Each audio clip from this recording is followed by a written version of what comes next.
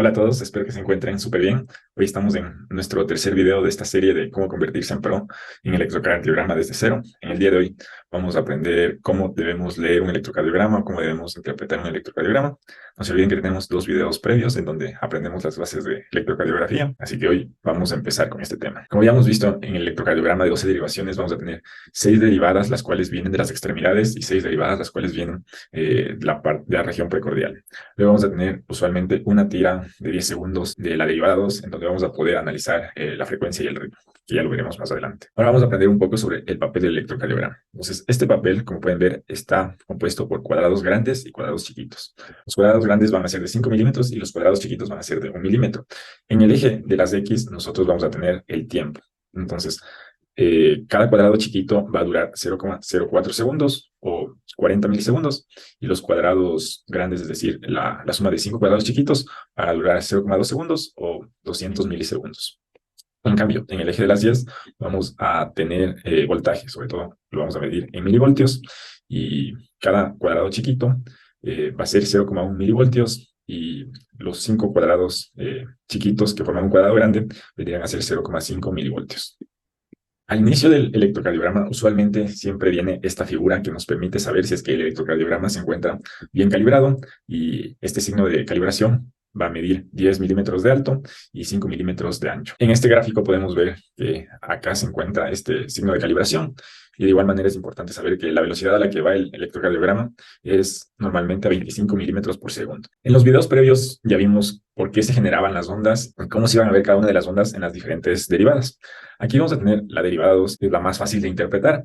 Entonces empezamos viendo la onda P. La onda P, como habíamos dicho, se daba por la despolarización de la aurícula, y para decir que una onda P es normal, vamos a tener que cumplir los siguientes requerimientos. Necesitamos que la onda P tenga una amplitud menor a 0,25 milivoltios, es decir, menos de 2,5 cuadrados chiquitos de alto, y tiene que tener un ancho también menor a 0,12 segundos, es decir, menos de 3 cuadrados. En este ejemplo, nuestra onda P se encuentra normal, ya que mide menos de 3 cuadrados en la parte horizontal y mide menos de 2,5 cuadrados en la parte vertical. En algunas condiciones se puede dar una alteración de la morfología de la onda P, por ejemplo, la P pulmonar, que aparece cuando personas tienen problemas del lado derecho del corazón que van a hacer que se dilate la aurícula. Esto va a generar que la onda P sea mucho más alta, es decir, van a tener mucho más voltaje por el alargamiento de la aurícula derecha. Esto se suele encontrar en patologías pulmonares, por ejemplo, EPOG, que a la larga puede llegar a ocasionar cor pulmonar, y esto, el flujo retrógrado, un alargamiento de la aurícula derecha, y por eso es que se conoce como P pulmonar. De igual manera, otra alteración morfológica de la P puede ser la P mitral. Esta, en cambio, será una P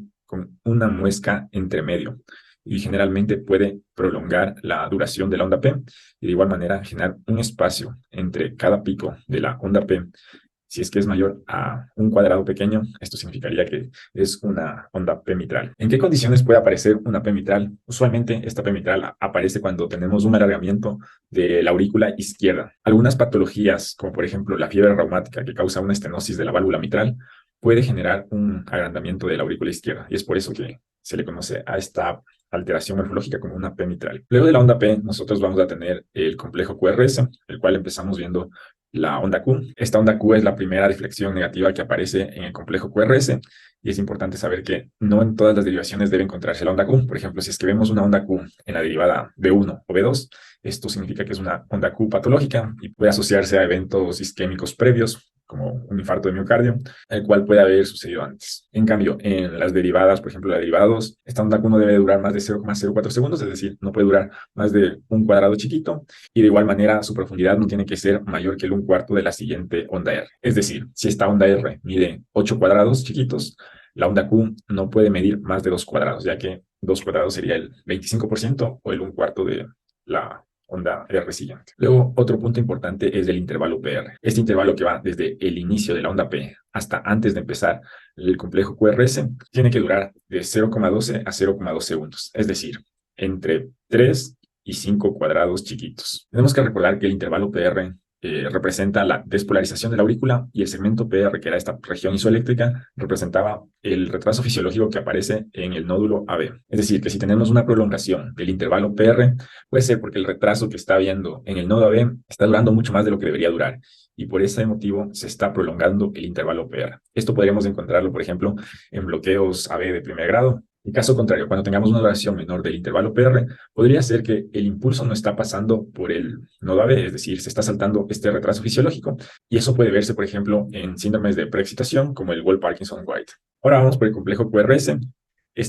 Por temas prácticos, es mejor saber que debe durar menos de 0,12 segundos, es decir, 3 cuadrados pequeños, ya que esto nos permitirá hacer la gran diferenciación en las taquiarritmias, en donde vamos a tener unas que son supraventriculares y otras ventriculares, y la forma más fácil de diferenciarlas son las que miden menos de 0,12 segundos. Estas se les consideran supraventriculares o también de QRS estrecho. En cambio, las taquicardias que duren más de 0,12 segundos, es decir, más de 3 cuadros, las considera taquicardias ventriculares o de QRS ancho. Existen algunas excepciones a esta norma, pero es mucho más fácil pensar de esa manera. Luego tenemos el segmento ST.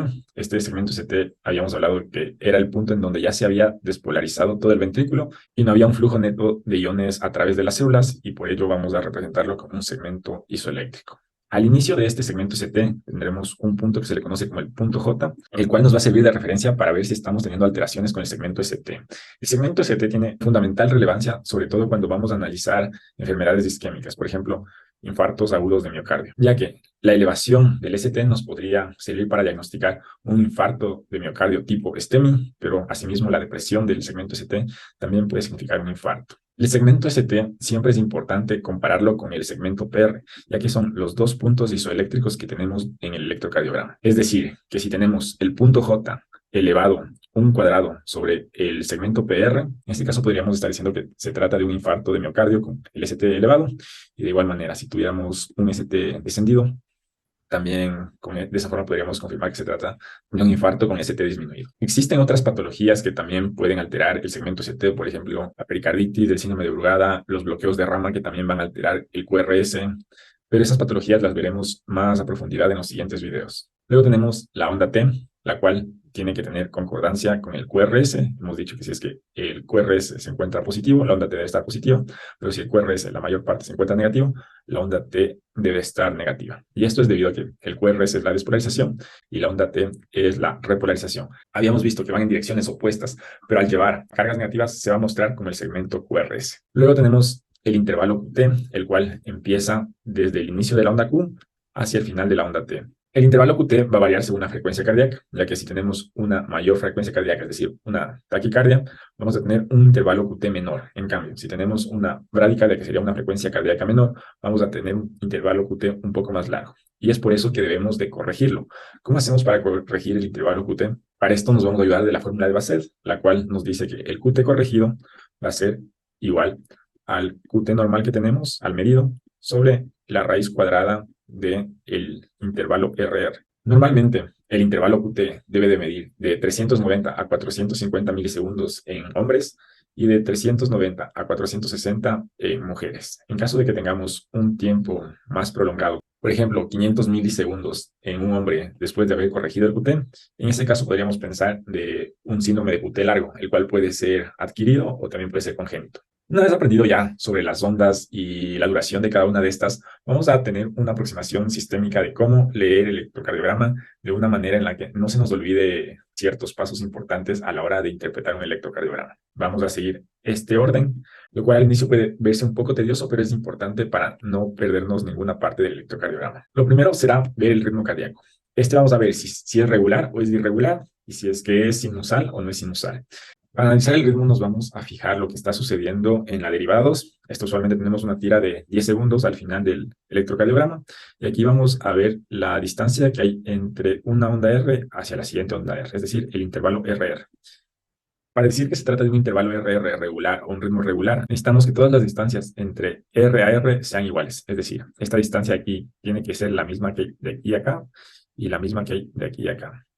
Por ejemplo, aquí tenemos más o menos 4 cuadrados grandes, acá también tenemos 4 cuadrados grandes y acá también tenemos una distancia de 4 cuadrados grandes. Puede haber más o menos hasta un 15% de variabilidad entre R y R, es decir, entre este R y R, que tiene más o menos unos 20 cuadrados pequeños, el siguiente RR tiene que estar entre más o menos 3 cuadrados pequeños. Es decir, si es que acá tenemos 20 cuadrados pequeños, el de acá debería estar entre 17 a 23 cuadrados pequeños. Si se llega a pasar de este intervalo, podríamos estar hablando que se trata de un ritmo irregular. Asimismo, un ritmo puede ser irregularmente regular o irregularmente irregular. ¿Qué quiere decir esto?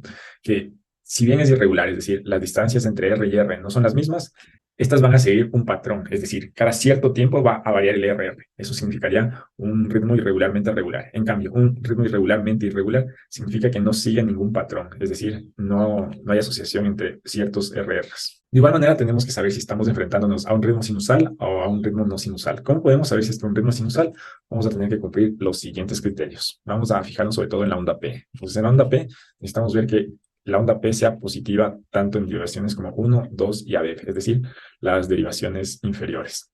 ¿Esto por qué? Por lo que habíamos dicho, que como la aurícula se está despolarizando desde arriba hacia abajo y el electrodo positivo está en la parte inferior, siempre debería generar una onda positiva. Entonces, en este caso, vamos a analizar en 1 si tenemos ondas P positivas, en 2 si tenemos ondas P positivas, en ABF tenemos ondas P positivas, pero necesitamos ver que se encuentre la onda P negativa en ABR, ya que ABR la ve contrario a la derivada 2, ya que su polo positivo se encuentra en la parte superior y derecha. Entonces, en ABR tenemos ondas P positivas, ondas P positivas, ondas P positivas. Luego, tenemos que ver que después de cada onda P exista un complejo QRS, es decir, aquí tenemos una onda P y luego tenemos un complejo QRS. Aquí tenemos una onda P, luego tenemos un complejo QRS, una onda P, luego un complejo QRS. Luego necesitamos ver que el intervalo PR sea regular. Es decir, el intervalo PR que tenemos aquí tiene que ser el mismo que tenemos acá y el mismo que tenemos acá. Luego de eso, necesitamos ver que cada complejo QRS sea precedido por una onda P. Entonces, acá tenemos un complejo QRS y acá tenemos una P. Acá tenemos un complejo QRS y acá tenemos una P. Puede parecer un poco monótono y que no tiene sentido hacer este análisis, pero es importante verlo, ya que en muchas patologías, como veremos adelante, podemos tener otros focos ectópicos que estén generando el impulso cardíaco. Y, por ejemplo, si es que el impulso cardíaco está viniendo desde la parte inferior de la aurícula, eso generaría que la onda P en ABR sea positiva. Por ejemplo, si estamos teniendo bloqueos cardíacos y estos bloqueos están haciendo que el nodo sinusal no sea el que genere los latidos, sino el ventrículo el que genere los latidos, también vamos a encontrar una alteración en estos intervalos y en que la onda P no produzca un QRS. Por eso, entre más sistemáticos seamos y siempre sigamos estos pasos, será mucho mejor. Para calcular la frecuencia cardíaca necesitamos saber si es que el ritmo es regular o es irregular. En caso de que sea el ritmo regular, vamos a ir hacia una onda R. Y vamos a tratar de que la onda R coincida justo con el inicio de un cuadrado grande. Entonces, esta sería nuestra onda R. Y de ahí vamos a contar el número de cuadrados grandes que tenemos hacia la siguiente onda R. Luego vamos a dividir el número, vamos a dividir 300 sobre el número de cuadrados grandes que tengamos en este intervalo. Es decir, aquí tenemos 4 cuadrados grandes, así que nuestra frecuencia cardíaca sería 300 dividido para 4, que viene a ser 75. Muchas veces no puede ser tan exacto este cálculo, ya que la siguiente onda R puede no coincidir cerca de una línea de finalización de un cuadrado grande. Entonces, en ese caso, podemos ser más exactos y contar el número de cuadrados chiquitos que existe entre cada R y R. Por ejemplo, aquí tenemos una onda R que no cayó justo en la línea y acá tenemos otra onda R. Entonces, en este caso, deberíamos de contar el número de cuadrados chiquitos que existen y esos, en cambio, van a ser divididos para 1500. Por ejemplo, si aquí tenemos más o menos 15 cuadrados chiquitos, acá tendríamos 17 cuadrados chiquitos y acá tendríamos 19 cuadrados chiquitos. Entonces diríamos 1500 dividido para 19 cuadrados chiquitos. Eso nos daría la frecuencia cardíaca de más o menos 78 latidos por minuto, que sería un valor un poco más exacto. Como les dije, esto solo podemos hacer si es que tenemos un ritmo regular. ¿Y qué haremos en caso de que tengamos un ritmo irregular? En ese caso vamos a contar el número de complejos QRS que tenemos durante los 10 segundos. Es decir, toda esta tira dura 10 segundos y aquí vamos a tener 1, 2, 3, 4, 5, 6, 7, 8, 9, 10, 11, 12. ¿Y qué vamos a hacer con este número? Lo vamos a multiplicar por 6. Siempre va a ser multiplicado por 6. Entonces, en este caso, 12 por 6 viene a ser 72. Como pueden ver, son valores bastante similares, que con una fórmula conseguimos 75, con otra 78 y con otra 72. De igual manera, esto es algo que es importante saber cómo calcular, pero la mayoría de electrocardiogramas van a venir ya con el resultado acá arriba impreso de cuál es la frecuencia cardíaca que está teniendo el paciente. Lo siguiente que vamos a calcular va a ser el eje cardíaco. Para calcular el eje cardíaco nos vamos a basar sobre todo en la derivada 1, en la ABF y en la derivada 2. ¿A qué nos referimos con eje cardíaco? Nos referimos a cuál es la dirección en la cual se está despolarizando el corazón en mayor parte. Es decir, cuál es el vector principal de toda la despolarización del corazón. Este usualmente va a empezar, como habíamos visto, en la parte derecha y superior, y usualmente se va hacia la parte inferior e izquierda. y ese es el eje cardíaco normal. Por lo cual, el eje normal del corazón vamos a tener lo que se encuentra dentro de 90 grados hacia menos 30 grados. Si es que tenemos un eje más de 90 grados, diríamos que el corazón se encuentra desplazado hacia la derecha, y esto podríamos ver, por ejemplo, en patologías en donde el ventrículo derecho sea mucho más grande que el izquierdo, y eso está haciendo que el corazón se desvíe. Lo otro sería que se vaya hacia la izquierda, en casos en los que tenemos una hipertrofia igual del ventrículo izquierdo, eso hace que nuestro corazón se vaya un poco más hacia la parte izquierda. De igual manera, los problemas de conducción también pueden hacer que la despolarización total del corazón cambie su sentido. Entonces, por ejemplo, en los bloqueos de rama derecha o izquierda, también vamos a tener alteraciones del eje. Una vez explicado esto, vamos a saber cómo se debe calcular el eje. Podemos calcularlo de dos maneras.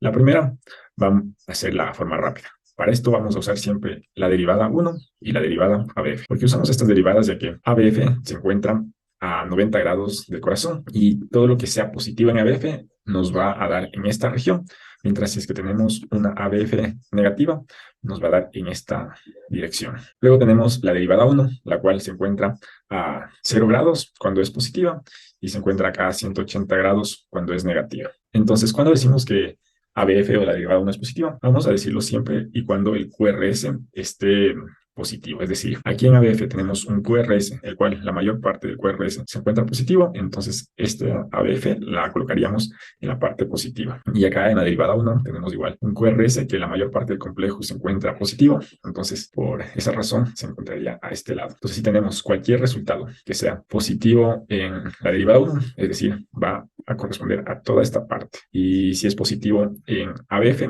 va a corresponder a toda esta parte.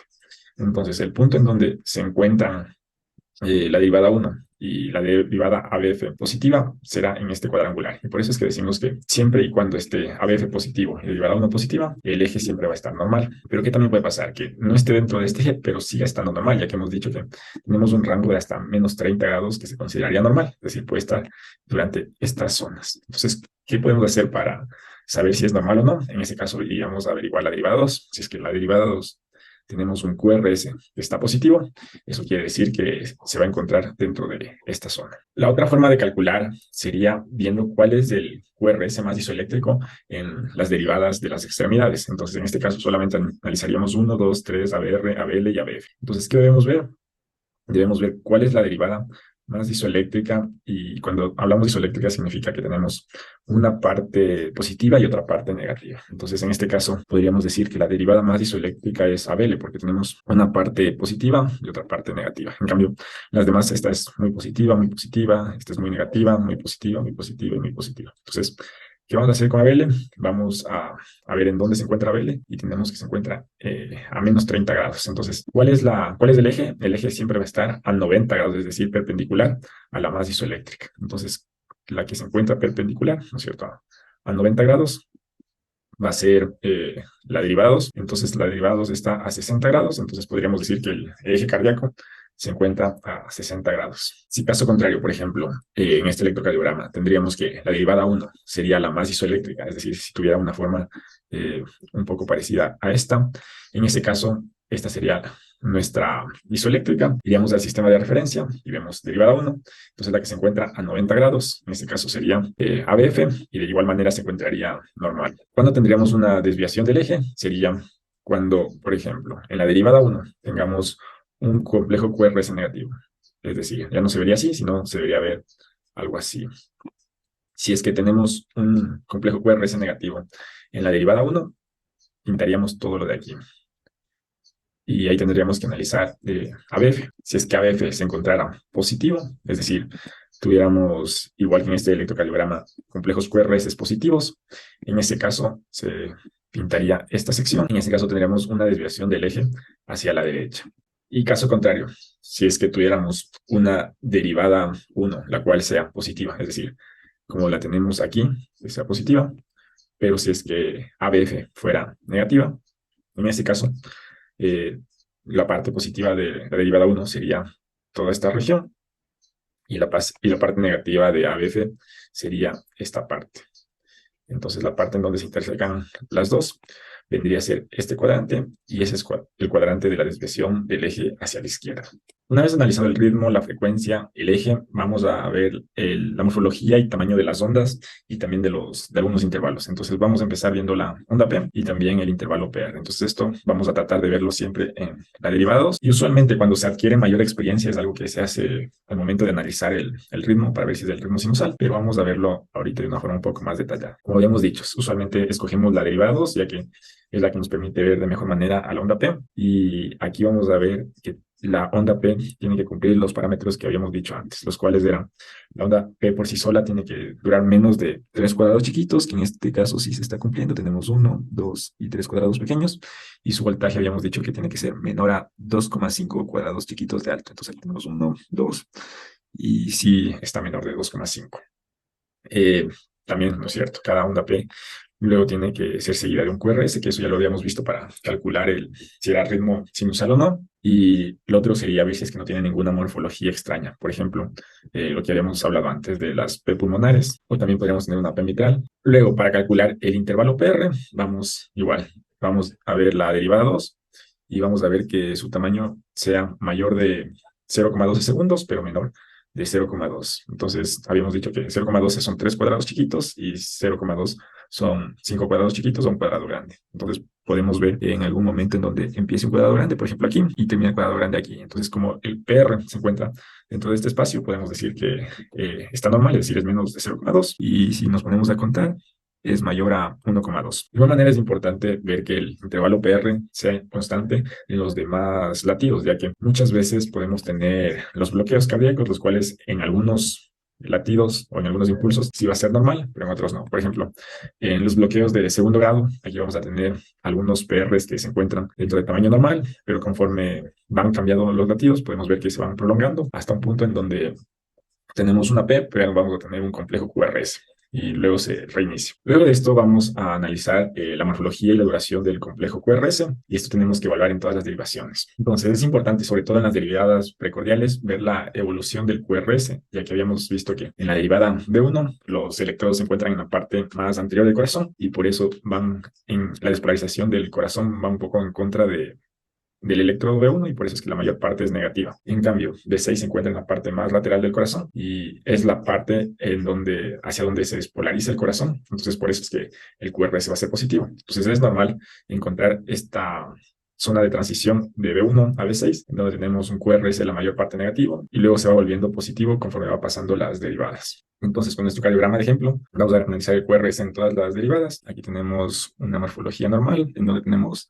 una distancia de 1, 2 cuadrados pequeños, lo cual se encuentra dentro de lo normal. Habíamos dicho que si es que es mayor de 3 cuadrados pequeños, en este caso se consideraría un QRS ancho y podría darse en patologías, por ejemplo, en donde el ventrículo sea el que esté generando el impulso cardíaco y por ese motivo el impulso no está siguiendo el sistema de conducción y se está despolarizando el corazón a través de los miocitos, es decir, entre células continuas, lo cual no es tan eficiente y eso hace que se demore mucho más la despolarización y por eso tendríamos un QRS ancho. Otra causa común de tener un QRS ancho puede ser en los bloqueos de rama, en donde una de las ramas principales del sistema de conducción se encuentra alterada y no está conduciendo el impulso. En ese caso, la otra rama es la que toma el mando y eso hace que se demore mucho más en transmitir el impulso y por eso tendríamos un QRS alargado. Pero en este caso tenemos un QRS estrecho, el cual es normal. En 2 también tenemos un QRS estrecho, que está normal y está positivo porque hemos dicho que la despolarización va hacia el electrodo que se encuentra positivo en la derivada 2. En 3 también tenemos positivo. En ABR está negativo, lo cual es normal porque va en contra. En ABL tenemos un QRS isoeléctrico, lo cual es normal. Y en ABF se encuentra positivo, lo cual es normal, ya que de igual manera el electrodo se encuentra en la parte más inferior y es hacia donde se despolariza el corazón. Luego vamos a analizar las precordiales, en donde tenemos que ver la transición. Aquí tenemos un V1 con un complejo QRS negativo, lo cual se encuentra bien. El B2 va volviéndose un poco más positivo, en B3 la mayor parte ya es positivo, en B4 ya no hay partes negativas, en B5 es el más alto y en B6 igual se encuentra positivo. Entonces, en este caso diríamos que los complejos QRS están normales. Al momento de analizar el complejo QRS, también es importante ver que el voltaje sea constante en todos los latidos, ya que en casos, por ejemplo, de efusión pericárdica, podríamos tener una variabilidad del voltaje, es decir, unos complejos QRS más pequeños y otros mucho más grandes. De igual manera, el QRS nos puede mostrar ciertos signos de hipertrofia, tanto del ventrículo derecho como del izquierdo. Entonces, ¿cuándo pensaríamos en una hipertrofia del ventrículo derecho? Vamos a pensarla siempre y cuando en B1 tengamos elevaciones, ya que eso nos quiere decir que el ventrículo cuando se despolariza bastante se va hacia el lado derecho, mientras que si tenemos complejos QRS muy altos en V5 y V6, en este caso pensaríamos en hipertrofias del ventrículo izquierdo. Tenemos una fórmula para poder calcularlo, la cual es la fórmula de Sokolov, para ver si tenemos una hipertrofia del ventrículo izquierdo. Entonces, para calcularla, vamos a medir el tamaño de la onda R tanto en V5 o en V6 y vamos a sumarle el tamaño de la onda S en V1 o en V2. Si el resultado es mayor a 3,5 milivoltios o 35 milímetros, en ese caso estaríamos hablando de una hipertrofia del ventrículo izquierdo. En cambio, para ver una hipertrofia del ventrículo derecho, si bien no hay un criterio bien establecido, como sí lo es el de Sokolov en el ventrículo izquierdo, aquí también tenemos otros criterios de Sokolov, los cuales nos dicen que la R en V1 o en V2 más la S en V5 o en V6 tiene que ser mayor a 1,05 milivoltios, que es casi lo mismo que 10 milímetros. Vamos a tratar de ver si tenemos los criterios de Sokolov en este caso. Entonces vamos a empezar midiendo la onda S en V1, donde empezaríamos en este punto hasta el punto de acá, en donde tenemos más o menos unos 9 cuadrados pequeños. Y esto tenemos que sumarle al número de cuadrados pequeños que tenemos en V5 o en V6, y que sea mucho más grande. Entonces, aquí parece que V6 es más grande. Vamos a medir desde aquí hasta acá. Entonces parece más o menos unos 22 milímetros o 22 cuadrados pequeños. 22 más 9 sería 31. Entonces no tendríamos criterios de Sokolov para decir que este paciente tiene una hipertrofia del ventrículo izquierdo. Ahora vamos a ver si en este caso tenemos una hipertrofia del ventrículo derecho. Entonces podemos coger B1 o B2. En este caso podemos coger B2, que está mucho más grande la onda R. En este caso estaríamos hablando de 1, 2, más o menos 3 cuadrados pequeños.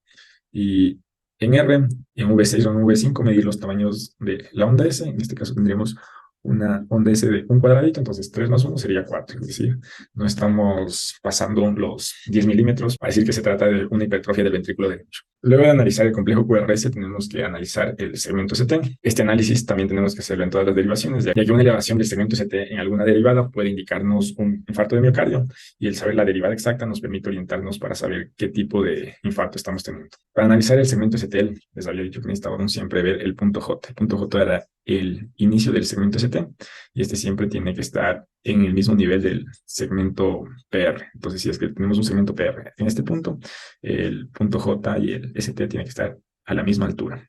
Entonces, en este caso, todos se encuentran a la misma altura. Si es que tendríamos una diferencia más de 1 milímetro, es decir, más de un cuadrado pequeño, podríamos pensar en un infarto, pero necesitaríamos tener una continuidad que tenga lógica. Es decir, si tenemos una elevación en ST en V1, también en V2 deberíamos tener una elevación, ya que ese territorio irriga la misma arteria. Y de igual manera, por ejemplo, si tenemos una elevación B5 o B6, deberíamos siempre analizar cómo se encuentra en ABL y en la derivada 1, ya que esas son las derivadas que nos permiten ver cómo está el corazón en el lado izquierdo. Podemos tener varias causas de elevación del ST. Como habíamos dicho, el infarto de miocardio es uno de los principales y el que siempre tenemos que descartar. Pero otras, por ejemplo, puede ser la pericarditis o un síndrome de Brugada, que también causan elevaciones del ST. Una de estas patologías las veremos más a profundidad en los siguientes videos. Ahora nos queda analizar la onda T. Esta onda T también tenemos que evaluarla en todas las derivadas, ya que una elevación de la onda T también nos podría indicar signos de hipoperfusión o de isquemia. Para analizar la onda T, como habíamos quedado, tenemos que ver todas las derivadas y tenemos que ver que tenga un tamaño menor a 5 milímetros en las derivadas de las extremidades y menor a 10 milímetros en las derivadas precordiales. En este caso tenemos un tamaño de onda T más o menos de unos 4 cuadrados pequeños, lo cual se encuentra dentro de parámetros normales. Y de igual manera tenemos que ver la concordancia con el QRS. Entonces en este caso tenemos un complejo QRS negativo, una onda T negativa. Un complejo QRS positivo, onda T positiva, positivo, positiva, positivo, positiva, y asimismo tenemos en las otras derivadas, ¿no es cierto? Complejo QRS positivo, onda T positiva, complejo QRS negativo, onda T negativa. Entonces, en ese caso estaría normal. Una de las patologías más comunes en donde tenemos ondas T elevadas va a ser la hipercalemia. En este caso, usualmente serían ondas T picudas generalizadas. Y otro de los casos en donde podemos tener ondas T elevadas, en donde se conocen como ondas T hiperagudas, sería en el caso de isquemia. Toman este nombre ya que usualmente son las primeras fases de un infarto de miocardio que está sucediendo. Y aquí tenemos esta morfología típica en donde tenemos una onda T mucho más ensanchada y que luego tiene esta picada. Algunos casos de ondas T picudas pueden ser variantes normales, sobre todo en atletas que tengan un tono vagal elevado. Otra patología en donde también podemos encontrar una alteración en la onda T puede ser en el embolismo pulmonar, en donde podemos tener este patrón de S1, Q3, T3, en donde la S en la derivada 1 se va a encontrar más alargada. Vamos a tener una onda Q presente y alargada en la derivada 3, y la onda T, en cambio, se va a encontrar invertida igual en la derivada 3. Una vez haber analizado la onda T, vamos a ver el intervalo QT, que habíamos dicho que se mide siempre desde el inicio de la onda Q hacia el final de la onda T. Entonces tenemos que ver cuántos cuadraditos tenemos aquí. En este caso tendríamos más o menos 9 cuadrados pequeños. Esto le vamos a multiplicar por 0,04, que es la duración de cada uno de los cuadrados pequeños. Esto nos da 0,36 segundos. Y vamos a corregir este intervalo QT, ya que, como ya hemos visto, el intervalo QT puede cambiar según la frecuencia cardíaca. Entonces, para eso vamos a usar la fórmula de Bassett, la cual nos decía que tenemos que poner el intervalo QT arriba, sin corregir, sobre la raíz cuadrada de la distancia entre R a R, es decir, el intervalo RR. En este caso tenemos 20 cuadrados pequeños o 4 cuadrados grandes. Si cada cuadrado grande decíamos que tiene 0,2 segundos, en este caso por 4 sería 0,8 segundos. Entonces la raíz cuadrada de 0,8 es 0,89 y esa sería nuestra división de 0,36 sobre 0,89, lo cual es 0,4. Es decir, 400 milisegundos. Habíamos dicho que para considerar un QT largo, en hombres tiene que ser mayor a 450 y en mujeres mayor a 460. Así que en este caso estaríamos dentro de los límites normales. El QT corregido es algo que de igual manera usualmente el electrocardiograma lo hace de forma automática, es decir, en la parte superior vamos a encontrar la frecuencia cardíaca, los tamaños de algunas ondas y también el QT corregido. Por último, sería ver si tenemos una presencia de onda U, la cual es mucho más fácil verla en B2 y en B4. Entonces la onda U usualmente aparecería en esta parte, pero no es común verla. Usualmente aparece esta onda U cuando tenemos casos de hipocalemia, pero si es que no tenemos esto, no aparece. No se sabe a ciencia exacta por qué se da la aparición de la onda U. Algunos piensan que puede ser por la repolarización de las de His, pero realmente no tiene mucha relevancia la onda U. Entonces, para recapitular cómo debemos de analizar un electrocardiograma, siempre debemos de empezar viendo el ritmo, la frecuencia cardíaca y el eje. Y una vez visto eso, es intuitivo lo que tenemos que hacer con las ondas, ya que tenemos que seguir el orden de primero analizar la onda P, luego el intervalo PR, luego el complejo QRS, luego vamos a ver el segmento ST, luego la onda T, el intervalo QT y la sonda U. Entonces, si seguimos este patrón, es poco probable de que nos perdamos analizando un electrocardiograma. Eso ha sido todo por hoy. No se olviden de ver los anteriores episodios si es que no los han visto. En los siguientes episodios ya vamos a ver cómo analizar un electrocardiograma con ciertas patologías. No se olviden de suscribirse y darle like si es que les gustó el video. Y ya nos vemos en otra ocasión.